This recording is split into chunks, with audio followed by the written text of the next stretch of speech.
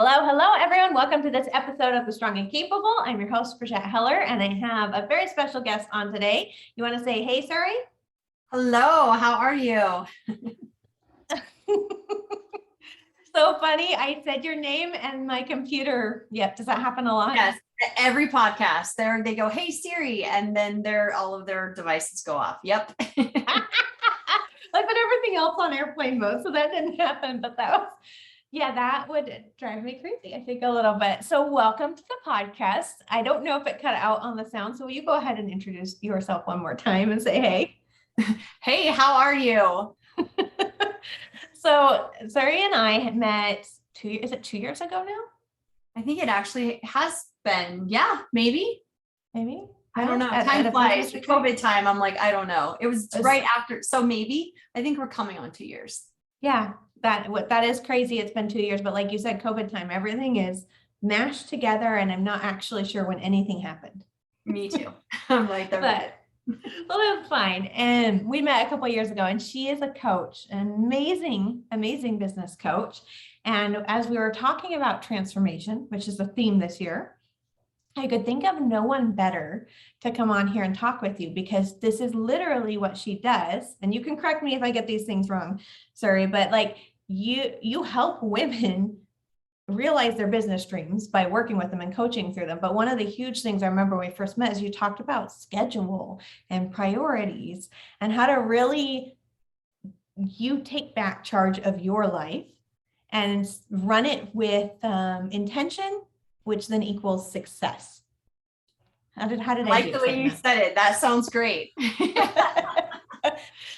But that was really intriguing to me because most of us are multi-passionate, right? We've got families, we've got jobs, we've got extracurricular activities for kids. We're serving on different boards or nonprofits or church things. So it's a lot. It's a lot. It can be, for sure. And we're talking about how to transform our life. And I think most people are tired of it's a lot. I don't know if it's COVID or what, but people are worn out. I think they're definitely worn out. And I think there's lots of reasons for that. And we've kind of talked about a few of that even before we started recording. But I think one of them is just with COVID and with this uncertainty, some of us have like lost hope in like the future. And it's almost like we've stopped dreaming. But even though COVID is lingering over us, that's kind of how the world always has been as far as uncertain. We don't really know what's on the other side of COVID or even what's on the other side of like 2029. And so I just really feel like if we could just start getting some of that spark, some of that dreaming again, and really figuring out what are the priorities, what do we want, even if COVID, gets us sick or COVID creates some unfortunate circumstances, but hopefully, right, we're going to be on the other side of it one day. And what do we want on the other side of it? And so I just think like if we could just get a little bit more dreaming, a little bit more hope, life may feel a little less overwhelming for a lot of us. I really like that point because I agree. It's like the uncertainty. I've actually gone head to head with a couple people on Instagram, not meaning to, because I'm not confrontational. That's not really my personality. So it's unintentional, but I've had quite a few people. There was a popular Instagrammer and she posted something about how it was very dramatic and no one's talking about the anxiety of COVID and no one's talking about how really hard it is. And she was really intense. And I was like, I disagree with that because I've been out here talking about anxiety for years now. And because I've been in the mental health world for lots of years, I know there are a lot of amazing humans out there who way before COVID were talking about facing your fears and dreaming and the same concepts that are applicable to everybody now, they were already talking about. It's just most of the world hadn't experienced anxiety on this level. Like you said, the uncertainty. People felt secure. Yes, we felt secure. We felt like we knew what was happening, but ultimately we aren't. Hopefully that's empowering, right? And not just right. But ultimately, like we don't know how long we're going to be on this earth or the people around us, our relationships. So it's just kind of like if we really prioritize what's important to us, then we'll be fulfilled in every part of our life, even though it's going to be uncertain and we're not going to know what's going to happen. Yeah. And that's the heart of how we actually transform our life is, like you said, really understanding what's important to us. What are our priorities? What does that look like? I was thinking the other day about, different diet fads or different trends being in the transformative world like you, there's always a new book that's a new trend of wake up at 5 a.m., drink celery juice, exercise this way. Like there's always something, right? It's the key to unlocking your productivity and a magical best life. And I was thinking, being in a mindset world, which is where I'm like, really the secret is not the thing. It's that you think the thing is the solution. And because you think that, it becomes the solution. Does that make sense? Yes. Or it becomes the reason you blame the solution because it's too hard or it's something you don't want to do. And so just knowing that there's a way to transform your life in the way that you want to, right? Like if you don't enjoy drinking celery juice, there's a way to do it without it, right? If you don't enjoy getting up at 5 a.m., there's a way to have a great morning routine and transform your life without getting up at 5 a.m.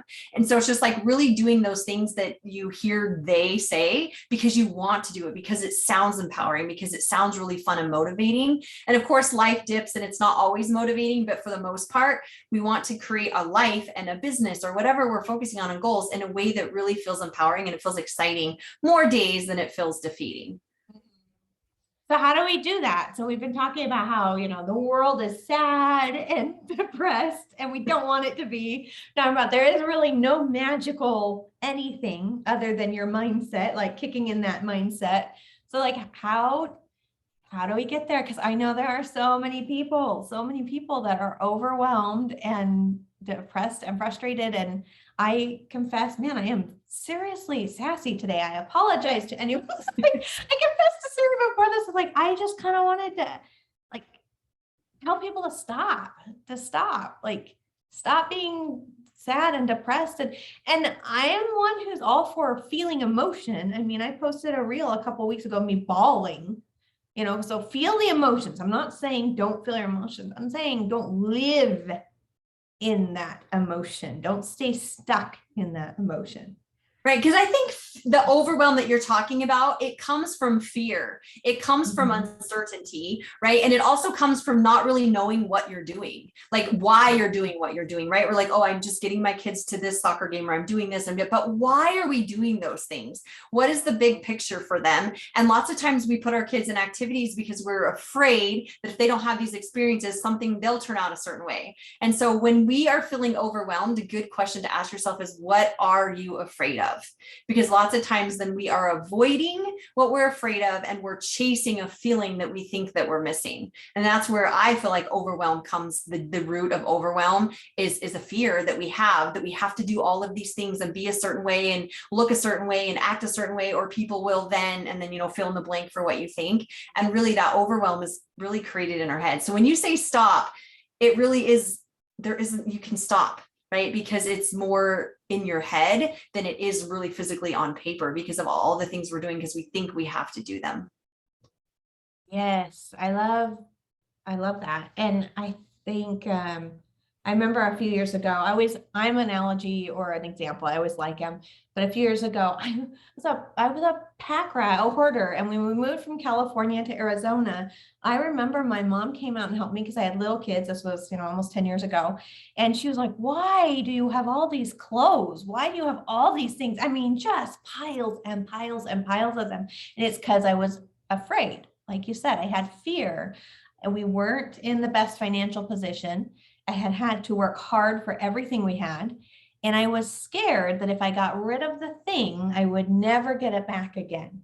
And then how would I clothe my babies? And how would we eat? And how would, so I was spinning in that fear, and it was resulting in me. If you dropped anything off at my doorstep, I was keeping it forever, forever. And so I had to release the fear with some gentle coaching from my mother and sell off the stuff because we couldn't put it in the moving truck. There wasn't room, and get rid of all these baby clothes. And it's funny. It was fine. Of course, my kids have clothes. They're not running around the streets naked, but like it all worked out. But you're right. It was a fear that was keeping me. I was piling stuff on. And so from that time on, I went on a mission to recondo my house essentially. And now my house is clean almost all the time because I don't have a lot of stuff. I just don't. I have what I need to make it feel comfortable, and that's it. And now there's safety in less, right? So the whole thing is the fear keeps you stuck and piled. And then when you release it and let go and move forward, you're actually more free with less clutter. And I want to kind of talk about, like, in our life, that's how it is. We have to learn to release the stuff. Like you said, the expectation that, does our kid actually have to do everything? Do we actually have to? I mean, women right now, most women I know, do their nails, do their eyelashes, have facial treatments, get waxed, get their hair done. The hours that we are spending every month trying to be whatever that is overwhelming. I don't do any of those things, but I would say, yeah, it probably is, right? Just the sheer amount of hours. And so I loved your analogy, because as you were describing it, I'm thinking, because I work with schedules, right? And I work with simplifying our schedules. And as you have these pile of clothes, that's what our schedule looks like, right? It's just piling up all of the different things we think we have to do. Even in our business, when I work with women in business, like, we don't have to do the reels and the blogs and the Pinterest. Like, we can if we have time and we want to, and it's fun, but we do not have to do all of those things. And so I think it's the mindset that we have to do X, Y, and Z, right? And everyone has a different mindset, but our schedule just keeps getting piled up. And when we realize we don't have to do those things, but maybe we like to, and maybe we want to, then even though they're on our schedule, they feel a lot lighter. They feel more exciting. They feel more invigorating, because you know why they're on your schedule, and you know why you want to, keep it on your schedule, and you know why you want to do that thing. So is that what you would recommend doing, is writing out a schedule and asking yourself, why am I doing this? That's a great thing that I do. Yeah, I usually do it the other way, but that's also really cool too. As far as, like, I say, okay, what are your priorities? What do you want? And I usually have like the top 5, right? And priorities are in areas such as, like, and I only tell you them because a lot of times people say, like, taking my kids to dance class, that's like an action step. It's not a priority, but like maybe it is like health and relationships and spirituality and family and maybe your business, or, some of those type of things. If you're in an education, if you're going to school. So in some of those big areas, but kind of figure out what your priorities are and then why. And it's something I walk women through in their first a couple sessions with me. So it takes a little bit longer than just a podcast, but the gist is then go create your schedule and just see, does everything on my schedule like point towards and support a priority, right? And if it doesn't support a priority, then you can ask yourself, why is it on there? And sometimes it's just because I want it to be, or I have extra time so I could, right? But sometimes it's like, oh, because I'm afraid to say no, or I'm afraid if I don't do this thing, or I'm afraid, or I have to because I think, people will judge me, or whatever it is. Then those are really where we clean up our schedule. So when I say I schedule and I organize people, of course, they're thinking I'm adding all onto their day and I'm going to make them really rigid. And really, we actually clean up the schedules and they become way more flexible and way more free, because we are, like you said, like your closet actually will have space and it will have room now. And it's so much more fun to go into a closet that you can see and that has, white space and it has places for new things, rather than one that's like jam-packed and you don't really know what's in there. And so that's kind of what I do our schedules, is I create white space in them, and I create intentionality and an understanding of why you're doing that thing every day and what it's really leading towards, right? Like, what is the big picture? What's the priority that activity is pointing towards? I love that. And I think taking that closet analogy, too, like, if it's crowded and there's a million pieces in there, there's also a million things that you don't like for whatever reason. There's an emotional, oh, I hate that dress. I wore it to this one activity where we did that, right? Like, there's a weird emotional feelings with it. And then also, you don't see the things you really do like. You don't get to enjoy those things you really do like and remember what they are. And I think I've found my life like that a lot lately, especially through the holidays. We're all coming off the holidays, right? How many things did you begrudgingly do because you thought you had to? And then it's not fun. It should be the holidays. It should be magic and cookies. And it wasn't fun because it was so packed and there were so many, and it was mixed in with things you didn't like. So you don't enjoy the things you actually do like the way you should. Right. And kind of going back to the whole closet, we're just going to theme this whole closet analogy right through the whole right. But like, you want to appreciate your closet. You want to appreciate what's in there. And if you, like you said, even if there's just a few handful of things that it's so packed, you can't see them. And there's like the dress, and you go in your closet and you're like, oh, I have nothing to wear. There's nothing cute in here, right? Like, you're literally like, having all these negative thoughts about your closet, or in my case, about your schedule, when really it could be an empowering and a really impactful thing. We just have to give it, like, clean it out and clear it out to make it that way. So that's why I'm like, schedule should really empower us. They should motivate us. They should guide us. And like, so should our closets, right? And so should our home. And so if it's not empowering us and motivating us and exciting us, then maybe we should ask ourselves why, and then decide what to do with those things that you answer when you say why. Yeah, why? And just because it doesn't feel awesome doesn't mean you get rid of it yet. I would like to, because I think in today's world, a lot of times I see, I call it the middle finger, like women are giving the middle finger to the world, like, I don't have to do that because I don't want to, kind of a thing. But there are sometimes you still do things until you figure out your why, or if it actually is a why, like I don't love mopping my floors. I hate it. But for right now, there is a purpose, even though I don't like it. I just think with our schedules, we have to be careful not to throw up the middle finger and just say no to all of it. Because when you're creating white space. Oh yeah, go ahead. Sorry, I cut you off. Well, I think it's finding out what you really want. So yeah, as women, there are actions we don't want to do a lot. Like there's a few people, but most of us don't really want to mop our floor.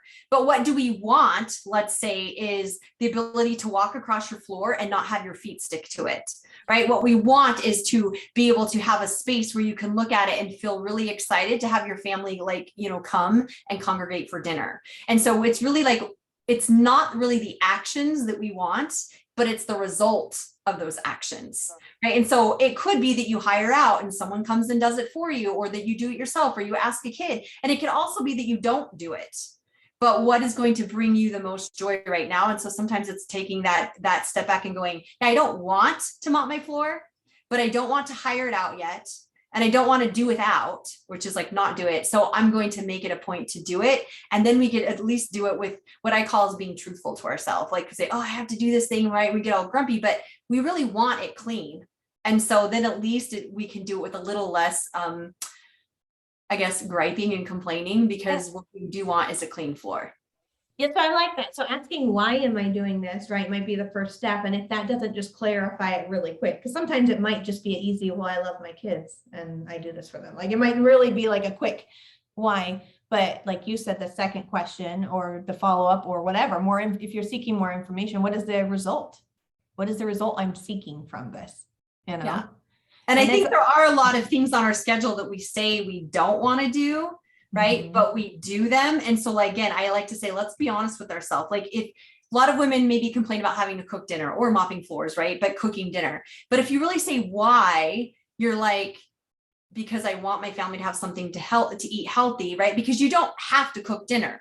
They could have fruit roll-ups and Fruit Loops for because dinner is just to make you full, right? But if you have a different why that you want to show your kids that these are different options of meals, or you want to introduce them to different cuisines, whatever your true why is, then that's what leads you to make the dinner that you make, right? So if it's just to fill them up, maybe they have Hot Pockets. If it's to introduce them to new fruits and vegetables, then maybe that's when you've decided that you like to, maybe not the cooking of dinner, but you like to present the dinner for them to have. And so when we really understand why is it on there, but I don't like to do it, there's a reason why we keep doing it. So we really need to find that reason. And then cooking dinner becomes a little bit more enjoyable. I'm not saying all the time, but it is, because you're like, but I'm choosing to cook this level of dinner, whatever it is, right? Whether it's out of the box or all the way from scratch, I'm choosing this dinner because I want this result.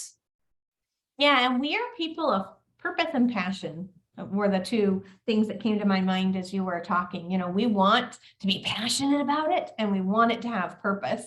And so that's why some of these less sexy things we're like, I hate this, right?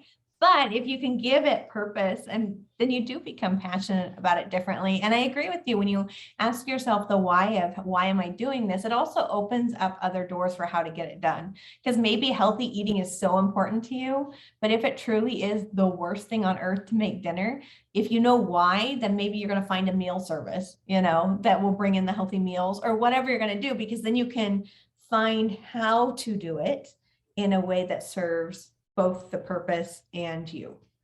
Right, which is the purpose and the passion, right? The passion to not cook and still have my kids have healthy dinners. Well, then that's your win-win. And so when we really know our priorities, I really feel like our schedules are full of more win-wins than when we don't know our priorities. It's just full of like, we have to do's. But really, we want to do a lot of what's on our schedule. We just need to uncover why.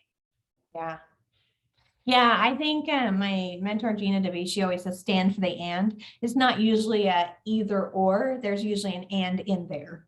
You know, Yes. I can have this and I'll do it this way, or and there's almost always an and versus a yes or no.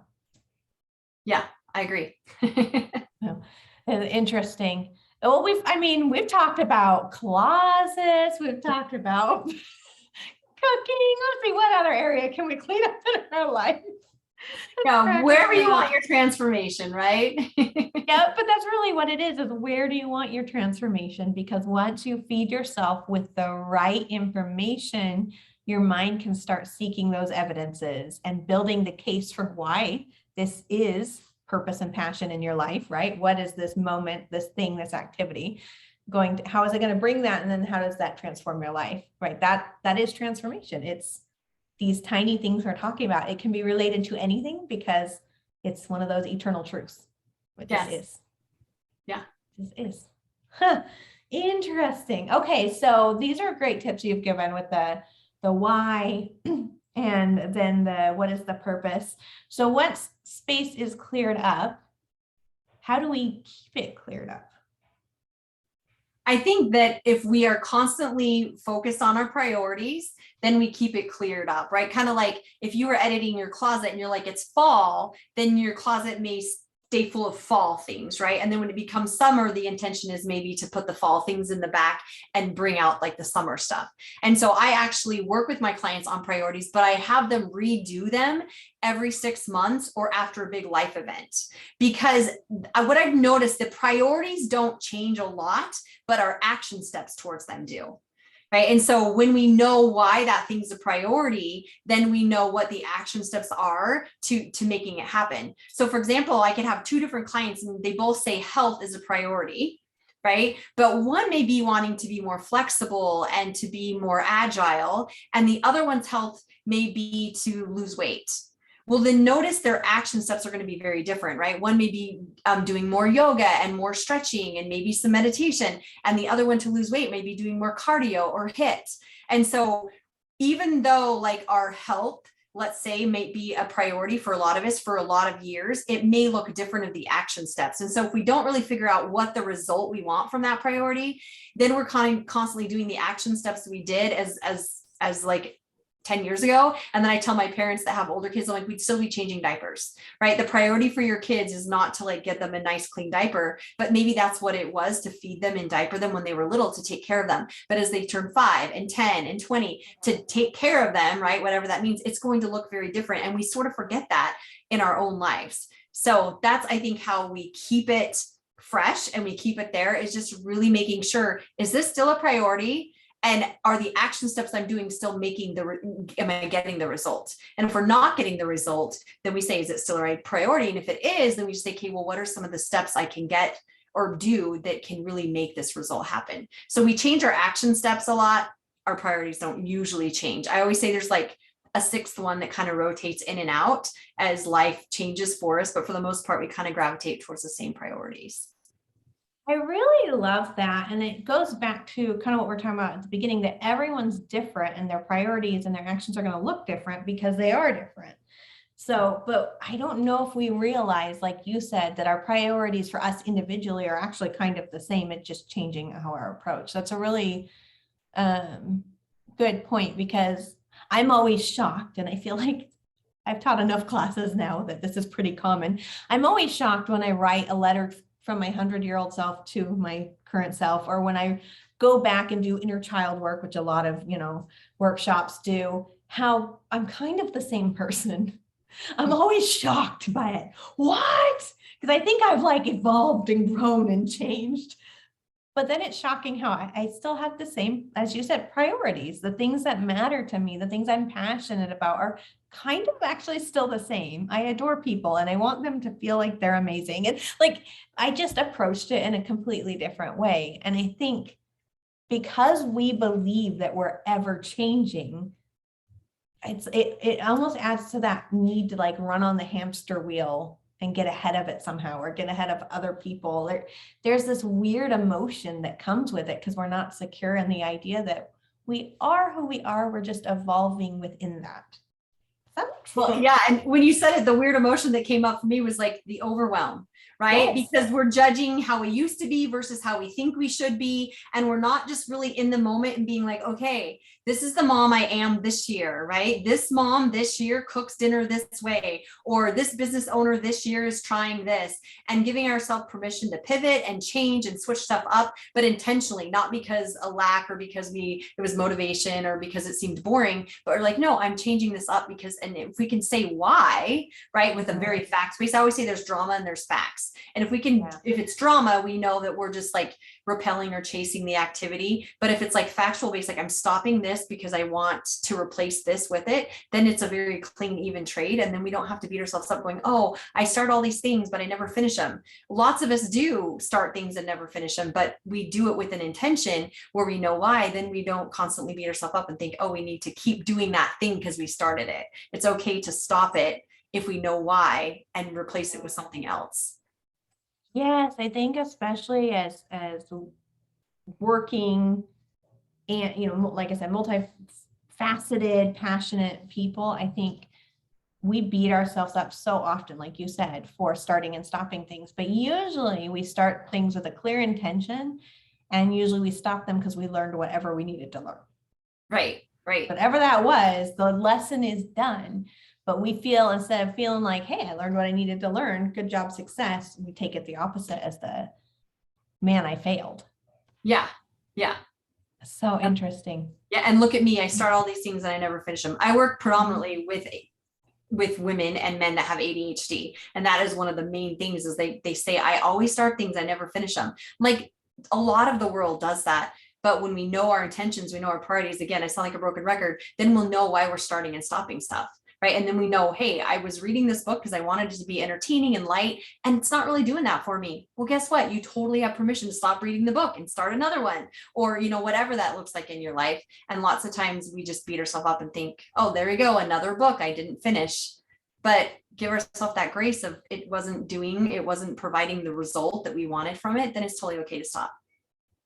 Yeah. And the comparison, right? Comparison is the thief of all joy is like the famous quote, right? But it's true. And I think that's one of the hardest parts is everyone's all about evolving and growing now, which is great because we're in that space. We like that. But comparison while you do that is the killer. It's the thing that brings in that guilt and that shame and all that. And so giving yourself permission to be on your own journey, whatever that looks like, I think is really key to transformation, because when you let go of that shame and that comparison, now you're creating, just like we're talking about in the closet, you're creating space emotionally for the transformation to take place. And that's important too. Yes. And I love how you say that, because as I was on kind of my journey to transform, I knew that I was on the right path. But what really allowed me to propel, I think, with it feeling fun and easy is because I knew I was in control of how many hours I worked, or how many hours I studied, or how many hours or clients I took, right? Or whether I said yes or no to opportunities. And so I feel like sometimes we don't pursue our dreams, or we don't pursue our goal because we're afraid of like the time or like the actions that it will take to achieve it, or we want to be in a rush, we want to get there faster.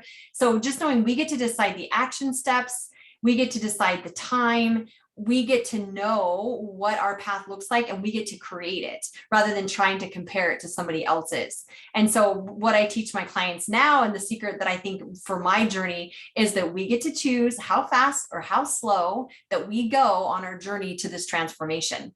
And sometimes there's this period of acclimation where we just acclimate to the life that we have and just sit in the transformation we just had and enjoy it. We don't always have to be moving. We can just be acclimating to the person person that we are and really enjoying it and being intentional. And then we'll get that nudge to maybe up level, and then we can do it. I just feel like sometimes we feel like we always have to be evolving. And I think we are even in like what I call the acclimation phase, where we're just evolving and sitting in the world that we have created and enjoying it before, we go on to the next thing. Yes, and I actually think that kind of goes back to what we talked about at the beginning, this unhappiness during this uncertain time, right? Is so much of it is people are being forced to sit back, to slow down, and it's crazy uncomfortable. It's so uncomfortable. I told my friend the other day, the greatest gift I ever give to God is to stop, because it's so uncomfortable for me to pause, to listen, to like a bath. That sounds horrible to me because the idea of just sitting still is so uncomfortable. But during COVID, I knew I needed to give myself permission to do that so my body could heal, right? And what I watched was, thankfully, I've done 20 years of transformational work and understood I needed that. Not everybody has. And so I've been watching all these women just hate life. They hate life. But I think it's not that they hate life, it's that they hate the slowdown. They hate the stop.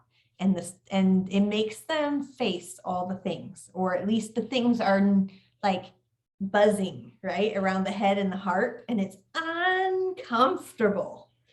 I think that it's just really all the things they have to do, all the things they want to do, all of that, and just really having that slowdown. But even not comparing your slowdown to someone else's. So I too do not like fast. Don't tell anyone.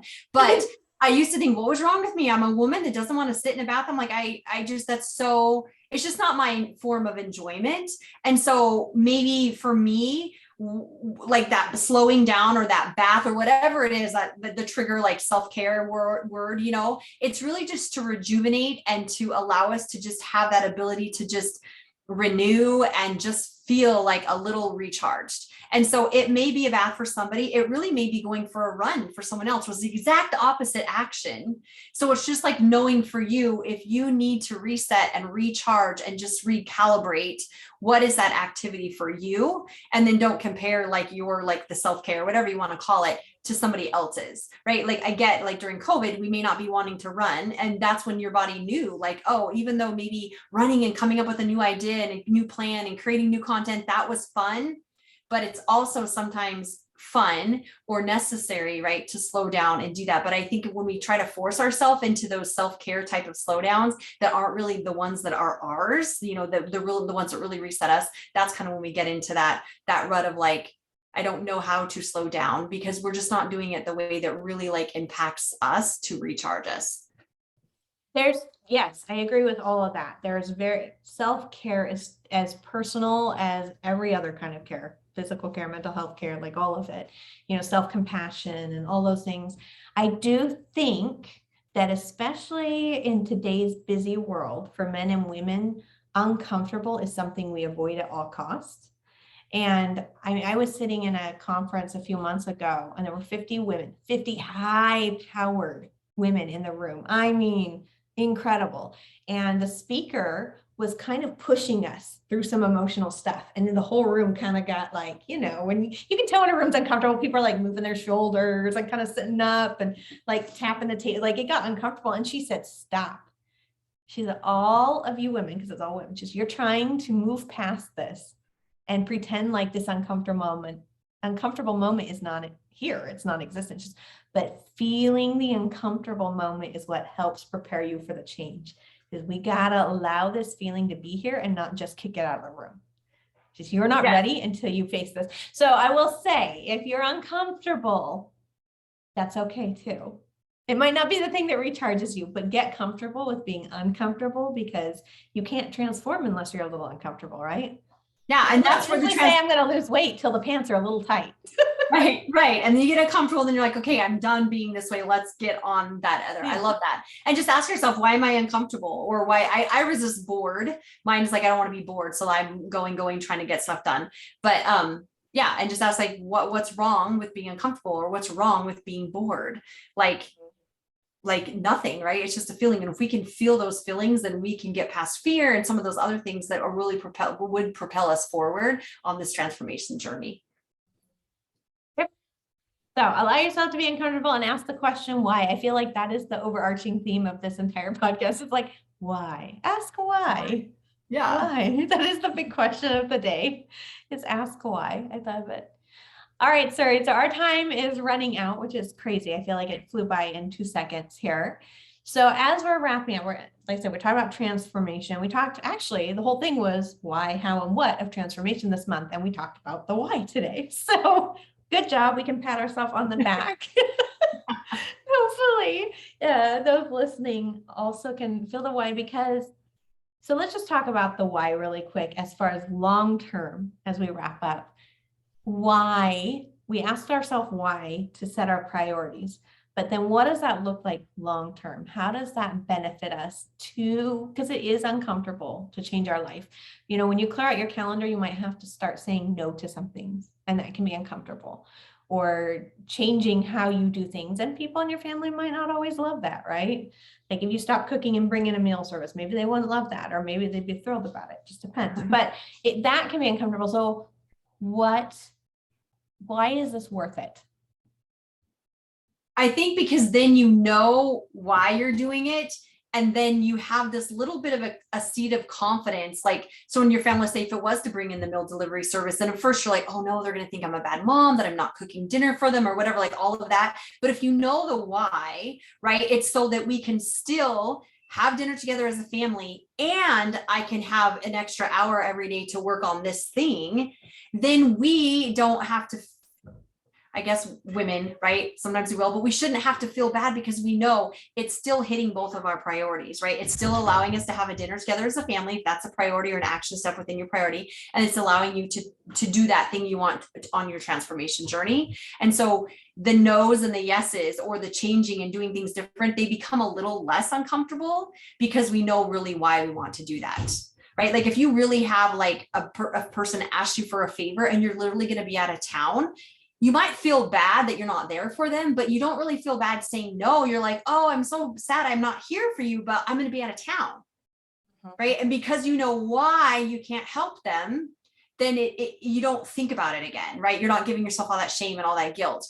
But if you just can't help them because you're choosing, because you want to do this thing, but you don't really know why, but you just don't really help them, then you're going to feel bad and shameful and guilt and resist, like, oh, I should be helping them. And so when you know that why, it's almost like being out of town, right? And being like, oh, I wish I could help you, but I can't because these things are really my priority. And it's not like you would fly back from being out of town to come help this friend out, even though you would want to, and that's okay. And that's where like the why doesn't make all the uncomfortable feelings go away, but at least it allows you on that trajectory where it just kind of builds that confidence. Like it's okay to say yes, or it's okay to say no, because this is the big picture that I'm on. Yeah. And as you're talking, I think that why also allows you to have compassion in a different way, because like you said, the want can be truly a heart that would want to serve and has compassion for the person, versus this, when we're uncomfortable, we tend to assign emotions to a situation that are negative, you know? So now it doesn't have to be a negative, weird situation. It can just be something that you didn't do because it didn't fit in your whys, and that's okay. Right. And then you can do service in a way that does hit your whys, right? And find out what those are. If a service is your priority, right? If you want to be that kind of person, you can just find out, okay, during this part of my life, I can't do this kind of service, but I can do this. And then when you know what you can do and why, then whenever that comes up, you can be like, oh yeah, I can help in this way because I know I have time. And this is kind of what I've decided I can do during this period of my life. This is what service is going to look like. And it's going to look different throughout all different parts of our life. But when we know all the other whys, then we feel really comfortable and confident in our priorities. Like it. And long-term, that comfortable and confidence allows for growth. It allows for the things that we love most and have the biggest priorities to actually come to fruition. And so then we're happier long-term. Definitely, right? Because we're doing things that really are propelling us. And some people think that's selfish, but really when we propel ourselves, we're propelling everything else, right? So saying no to a few of these things may feel like hard and may feel like a sacrifice, and may be like, oh, I wish I could. But the things you're doing over here are going to set yourself or them or your family or someone up, right? That then the world can just, as a world, right? The more we do for ourselves, the more we're actually doing for other people too. So a lot of our people pleasing tendencies, if we're really stuck into our priorities, they'll go away naturally because it's easy. I mean, it's hard to say no, especially if you've been a people pleaser, but when you really know what's going to be on the other side of that, and you realize, oh, I'm giving up this thing, then it becomes easier to say no. And then over time, long term, right, you really are saying no when you mean it, and you're saying yes when you mean it. And it's so much more fun to serve or to do an opportunity or to anything in business or whatever when it's a really big fun yes. And so long term, that's also your satisfaction, and you're able to help other people in other ways as well. Yes, and just to echo that, women are amplifiers, especially, but men too. But there's that saying, if mama ain't happy, nobody's happy. And we all laugh about that, but I know a lot of people live by that. But I would say we are quick to forget that when mama's successful, everybody's successful, because women are amplifiers. So whatever you're doing, if you're unhappy, the people around you are not going to be happy. And if you're successful, the people around you are going to be successful. So if you're questioning the principle, it's honestly, it's just how it works. It's the opposite of the truth that we accept, but we have an easier time accepting snarky stinker truth than the truth that maybe makes us question our priorities and our whys. Yes, right. I like that. Yeah, for sure. So anyway, thank you so much, Ceri, for coming on. I know people are going to want to find you and connect with you. We've got a lot of entrepreneurs in the audience. So how can they find you? So I am most aggressively active on Instagram. That's where I like to just do most of my posting and connect and get to know people. So Ceri Payne Coaching, CeriPayne Coaching. Come over there and ask me questions and learn about schedules, priorities, and just mainly simplifying life so that we don't have to feel overwhelmed and we can still get all the transformations and the up levels and hit our goals without the overwhelm and lack of sleep. I like to say that too. So, yeah, and you're a beautiful example of that, because we didn't even hit on it, but with your background, and I mean, you are a full working time mom and you have kids and degrees and all the things. You've done it all. So you're a beautiful example of it. So definitely go check her out.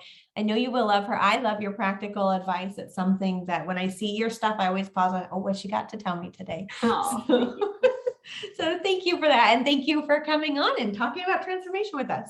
it was so fun. Thanks for having me. No problem.